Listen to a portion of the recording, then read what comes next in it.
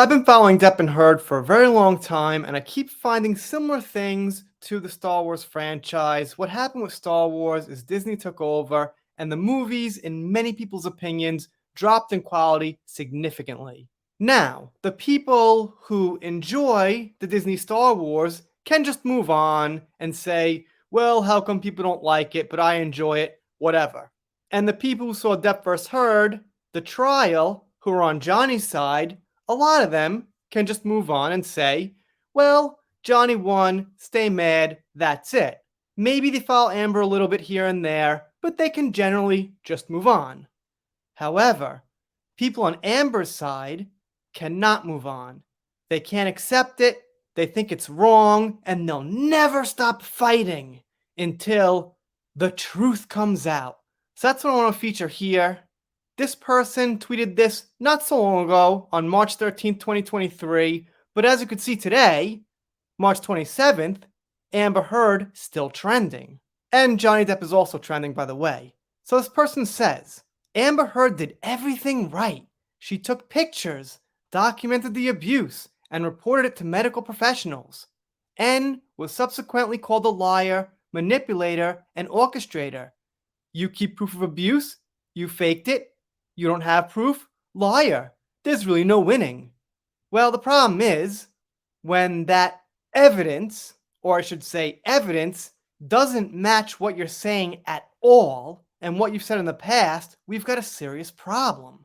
And then this person here, artificially intelligent, says, I don't know. Every time I think about that trial and the precedent it set, I genuinely feel ill. The precedent being we should have evidence. Even in the ski case now, with Gwyneth Paltrow, I'm still thinking we gotta have standards for evidence. I'm not following it really closely, but the guy said he had broken ribs, which is what Amber said, by the way, and I said here dozens of times, you gotta have medical records for serious medical injuries, especially when you're accusing someone else of causing them. So we can move forward and learn a lesson and hold the same standards of evidence to people. Now, this person's a man. It makes no difference. We're talking about evidence. And she continues, it just actually makes me sick to think about her and how much was taken from her, not just her ability to speak out against him, but jobs, reputation, friends, and now her name will forever be attached to our abuser. I cannot imagine how that feels. Wait a minute. Whose name is attached to who? Think about that.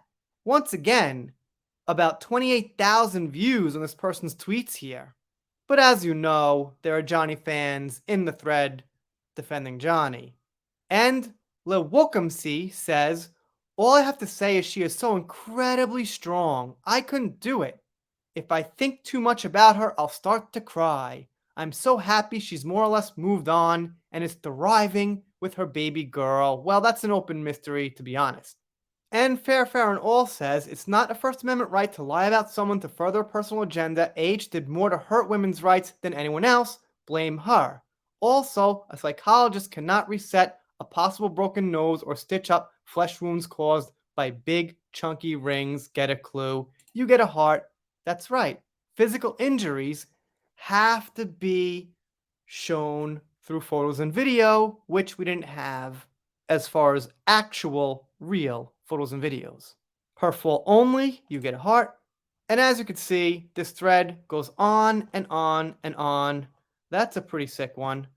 And of course, this stuff we've heard before, but the thing I'm pointing out is Amber fans who truly believe that she got wronged, she was the victim in two ways. First, believe she was the victim by Johnny. Second, by the whole trial, can't give it up.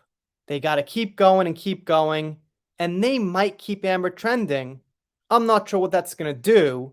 I'm not sure if this kind of trending is going to get her new fans and sell tickets to Aquaman 2 and things like that. I don't really think so. I mean, if you go to a thread and you see people arguing about something and debating something, it doesn't really make you a fan of the person in question. If anything, it's a little bit of a turnoff. Let's take Sam Smith. He's pretty big right now. I'm not so into his music. Out of morbid curiosity, I might check out a video on YouTube or read a quick article or something, And I guess in a tiny way, that's helping him, but more so helping the platform who's featuring him. But I'd never buy his album. I'd never become a fan. I'd never actually contribute to something substantial. You can't really win people over by just having their name out there in negative news. That benefits other people as much as it benefits them. Okay, maybe a tiny benefit, but if you get my drift, negative attention isn't always a positive thing. Let me know what you think in the comments. Doing shout outs, special thanks, pop culture. If you're not subscribed here, consider it. If you don't, I'll be pretty sad about it, but I'll get over it. See you next time.